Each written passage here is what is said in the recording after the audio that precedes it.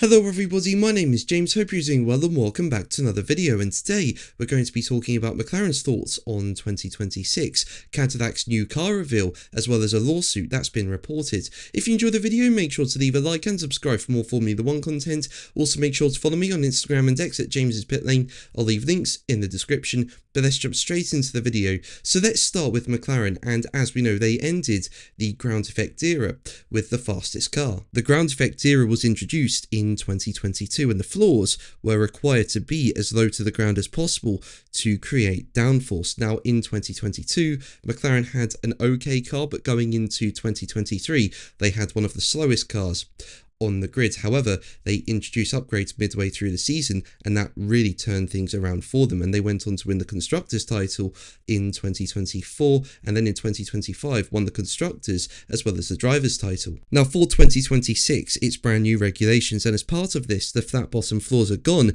and have been replaced by those which require rake, the difference in height between the front and rear. And reflecting on this, chief designer Rob Marshall has explained how the team is accepting of those changes, with Marshall saying, as quoted by Racing News 365, "I think we're accepting the fact that this is an entirely new car. There's some learning and elements where we've learned on other cars, but in truth, it's all new. The whole floor operation is completely different. The whole front of the car is completely different. The wings are completely different.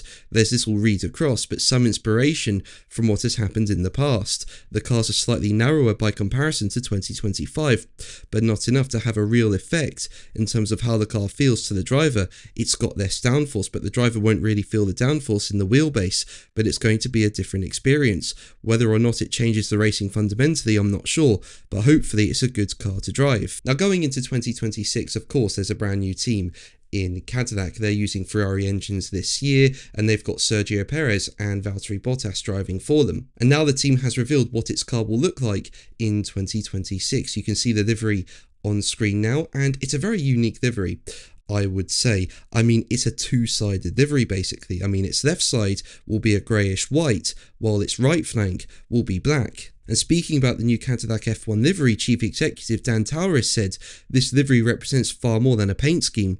It represents who we are and what we bring to Formula 1. Every detail is intentional, bold, modern, and unmistakably American, while respecting the heritage and precision that define this sport. Choosing to reveal our first livery during the Super Bowl and in the heart of Times Square is a way to introduce our identity to the world at the intersection of performance, culture, and entertainment, and to connect with fans in places far beyond the paddock." Now, ahead of the Barcelona shakedown of all the liveries that had been revealed up until that point, I said that Audi was my favourite livery, but now I'm going to say Cadillac is my favourite livery. I just think it looks absolutely stunning. I love that they've gone unique as well and have two different colour schemes on each side of the car, and overall I just think it looks really, really good. And on the left hand side of the car, where it's more grey, it reminds me of the McLaren from 2002, 2003. I just think it looks so nice. Now, before Cadillac's Super Bowl commercial aired, it was reported that film director Michael Bay was suing the F1 team. Basically, Cadillac unveiled its F1 26 livery in a Super Bowl commercial shown during the fourth quarter of the final, and Planet F1 say, however, just hours prior, Rolling Stone reported that film director Bay was suing Cadillac for $1.5 million in damages relating to that ad. The lawsuit claims that Cadillac had apparently stolen Bay's ideas and work for the commercial without paying for them, adding that the team planned all along to rip him off. And it's also been reported that the lawsuit says that Bay and his team worked tirelessly around the clock to prepare for this production.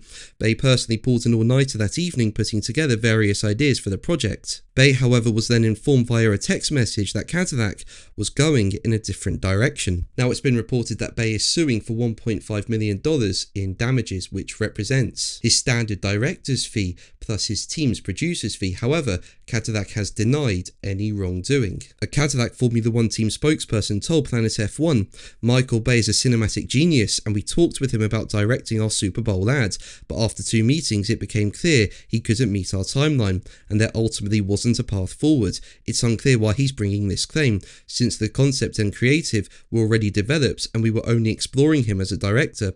It's also unusual to raise this now, given the ad hasn't even been released. We're confident this will be resolved appropriately. Even so, we still admire Michael Bay's creative brilliance and would welcome the opportunity to work together in the future.